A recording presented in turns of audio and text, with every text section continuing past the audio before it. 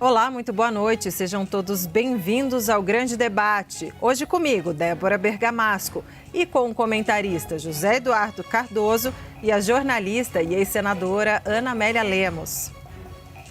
A pré-campanha de Flávio Bolsonaro deve encomendar uma pesquisa interna para medir o impacto no eleitorado do áudio do senador pedindo dinheiro a Daniel Vorcaro, o ex-dono do Banco Master. A apuração é da analista Jussara Soares. A sondagem vai mapear o quanto a população teve conhecimento do episódio e como os eleitores receberam a explicação de Flávio.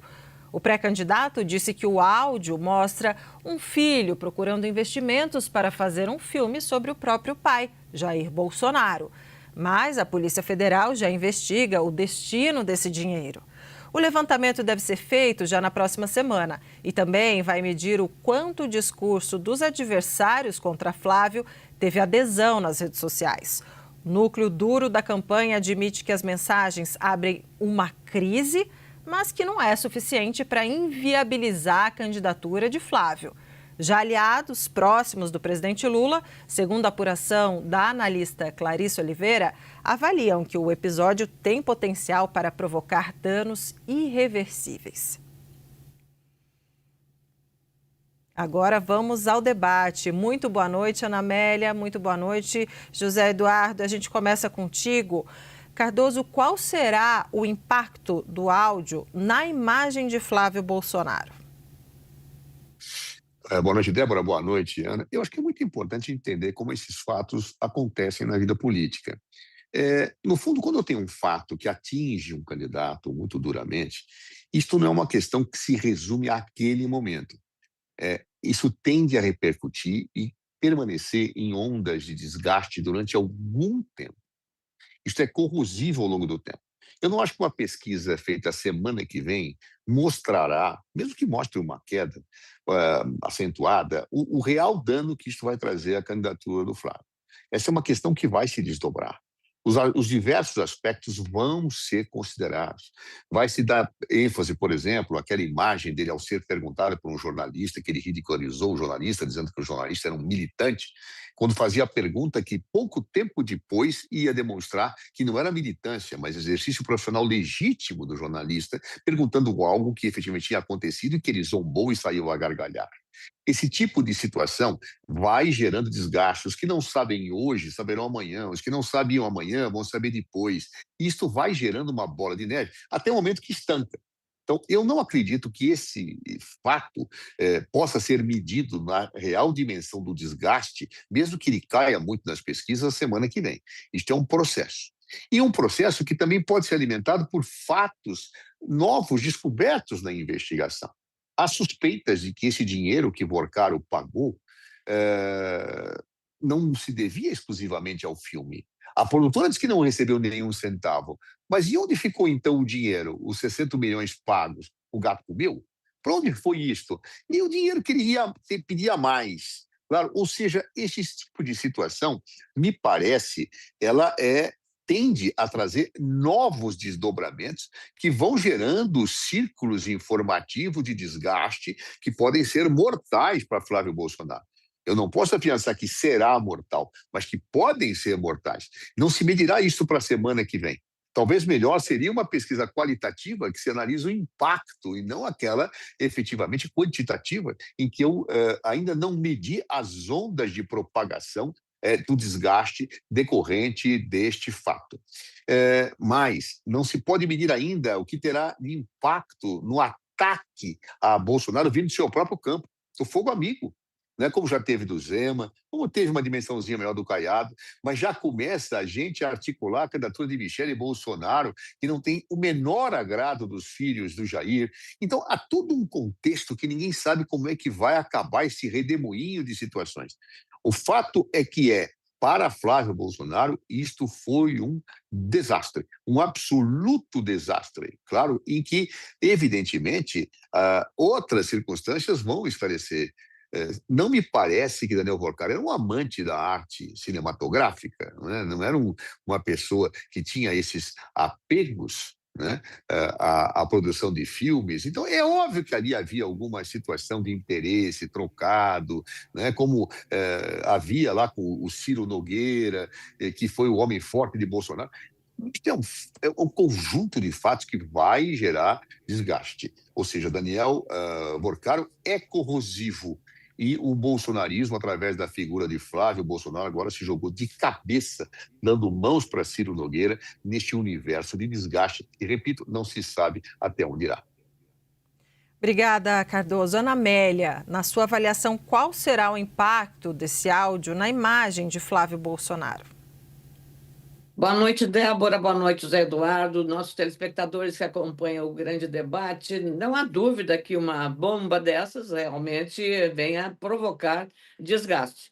Agora, a reação do candidato ela foi adequada porque era o limite que ele tinha, ou seja, ele já saiu propondo aquilo que a oposição desde sempre sugeriu, a criação de uma CPMI para investigar o caso Banco Master, que é o maior escândalo financeiro de nosso país, e que estão envolvidas aí lideranças não apenas do poder legislativo, embora a maior parte esteja ali, mas também do poder executivo federal e nos estados, e também o poder judiciário. Então, é um rolo tão grande que é preciso desvendar. E propor uma CPI é uma situação, digamos, politicamente correta que o Flávio, na primeira hora que divulgaram, através não como vazamento da Polícia Federal, mas por uma agência de informações, The Intercept, que largou essa gravação que tinha desse vídeo. E essa utilização do Flávio foi pedir investigações aprofundadas. Lideranças também da direita, ligadas e apoiadoras de Flávio Bolsonaro, vieram imediatamente também sugerindo a apuração rápida, as investigações para esclarecer esses fatos, que, claro, do ponto de vista político, tem uma contaminação direta, porque o eleitor é muito sensível. E o mais grave aí, nesse ponto, talvez a situação mais crítica do ponto de vista da candidatura é uma divisão da direita, o que é negativo nesse momento. E essa divisão pode, certamente, perturbar o andamento. Agora, há o tempo de maturação dessa denúncia até a apuração dos fatos que aconteceram. O próprio Flávio certamente já está tomando as providências de a sua campanha eleitoral para dar à sociedade e, sobretudo, aos eleitores, à direita brasileira que ele lidera, as informações adequadas para evitar um desastre ou uma situação desconfortável, para dizer o mínimo,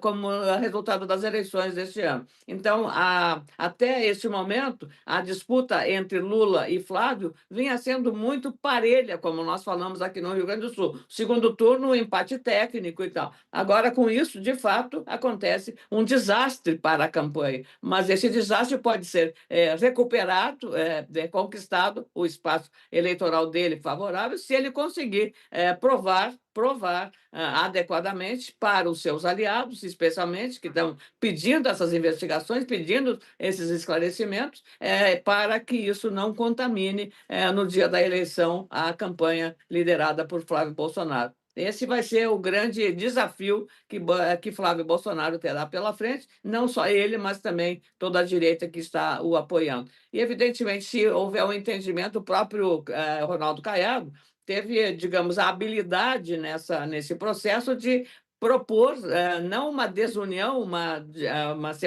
separação da direita, mas, pelo contrário, ele percebeu que a direita estava se dividindo e me chamou ao entendimento e à união da direita para evitar um prejuízo maior à candidatura de Flávio Bolsonaro.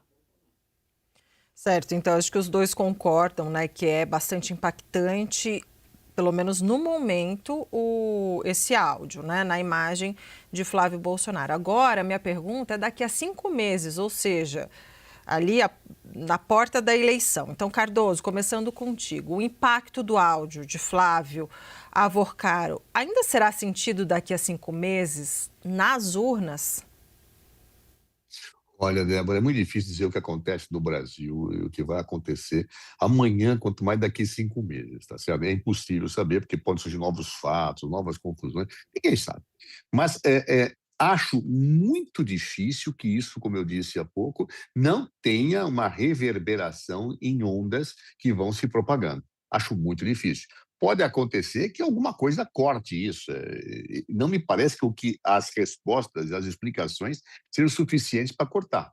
É tão evidente aquilo, como se diz, o batom na cueca, neste caso, que não tem como cortar no discurso argumentativo. É difícil, mas fatos da vida podem acontecer. Fatos podem diminuir isto, porque a dinâmica da confusão no Brasil é algo que não se pode nunca, jamais se ignorar. Então, não dá para garantir isso, mas dentro do momento que nós vivemos, de uma perspectiva de analítica de racionalidade, isto vai efetivamente atingir em ondas, né, a meu ver, podem até ser crescentes, de acordo com os fatos investigados, a candidatura de Flávio Bolsonaro. Né?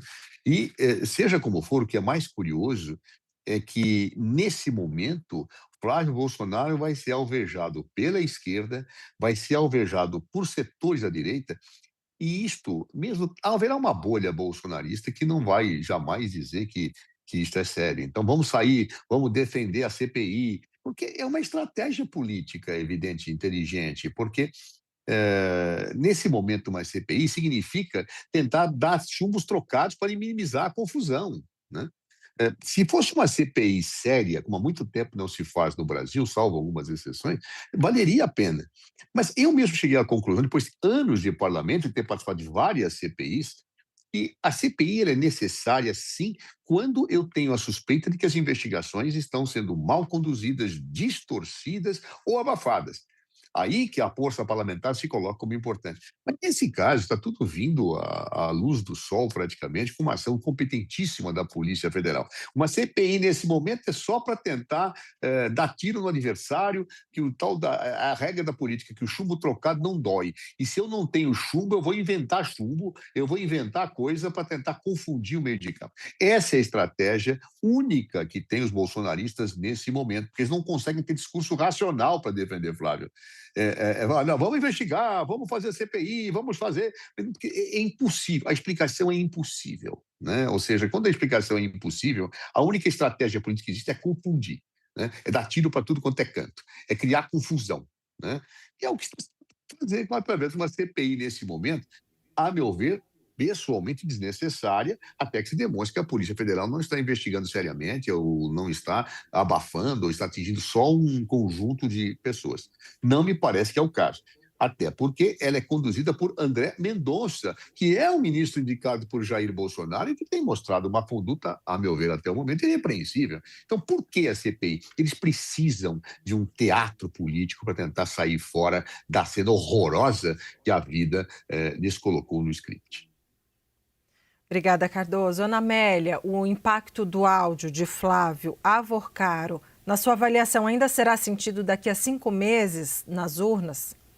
Olha, é imprevisível responder isso. O curioso, Débora e José Eduardo, é que na recente viagem aos Estados Unidos, o presidente Lula fez uma solicitação a Donald Trump, muito identificado com a direita brasileira. Qual foi? Que não se metesse, quer dizer, eu estou usando uma linguagem muito popular, fugindo da linguagem diplomática, que o presidente Donald Trump não se envolvesse na disputa eleitoral brasileira neste ano. É uma maneira delicada para falar uma questão tão correta quanto é, sabendo da relação que tem Donald Trump com a direita brasileira, particularmente com a família Bolsonaro. Então, e aí, na mesma semana, ou poucos dias depois, acontece toda essa situação complicada para Flávio Bolsonaro, que agora vai ter exatamente um trabalho redobrado para, digamos, aprofundar e esclarecer esses fatos, se tiverem realmente condições de serem esclarecidos, documentar para dar uma satisfação ao eleitorado, que não é pequeno, o eleitorado da direita brasileira. Ganhou a eleição passado, com Jair Bolsonaro, e volta ao poder agora, tenta voltar ao poder agora. Então, há muito tempo para buscar as provas de que não cometeu. Agora, tem que também entender entender que é preciso um plano de comunicação muito bem feito para evitar que esse contágio vai permanecer mais tempo. Então, é imprevisível dizer daqui a 5 meses se isso vai estar havendo. Quantas coisas, quantos sustos nós, brasileiros, eleitores, teremos até lá. A gente nunca sabe dizer o que vai acontecer no plano de vista interno e também internacional. Nós temos uma guerra correndo, nós sabemos qual é o efeito que essa guerra vai dar ainda, não há perspectiva sobre isso, e essa relação intensa nossa com a geopolítica, o Brasil dependendo, agora Estados Unidos com a China conversando, se entendendo, e nós, o Brasil é o maior fornecedor de proteína animal e vegetal para a China. Será que a China vai preferir comprar dos Estados Unidos? Como é que nós ficamos? Então, há muita coisa acontecendo no cenário geopolítico que pode interferir na eleição do nosso país com reflexos que pode beneficiar ou não a candidatura do Flávio ou do próprio presidente Lula. Então, você não tem como, até outubro, fazer uma, digamos, avaliação correta e objetiva sobre os fatos que foram acontecer. O próprio caso do Banco Master. Será que amanhã, abrindo a caixa de Pandora do Banco Master, você não vai pegar também gente da esquerda? Essa é a grande questão. Então, é preciso desvendar esse mistério chamado Banco Master de uma vez por todas, para evitar ficar essa dúvida aí, quem é que deve e quem não deve, nesse caso todo tão rumoroso, minha cara Débora.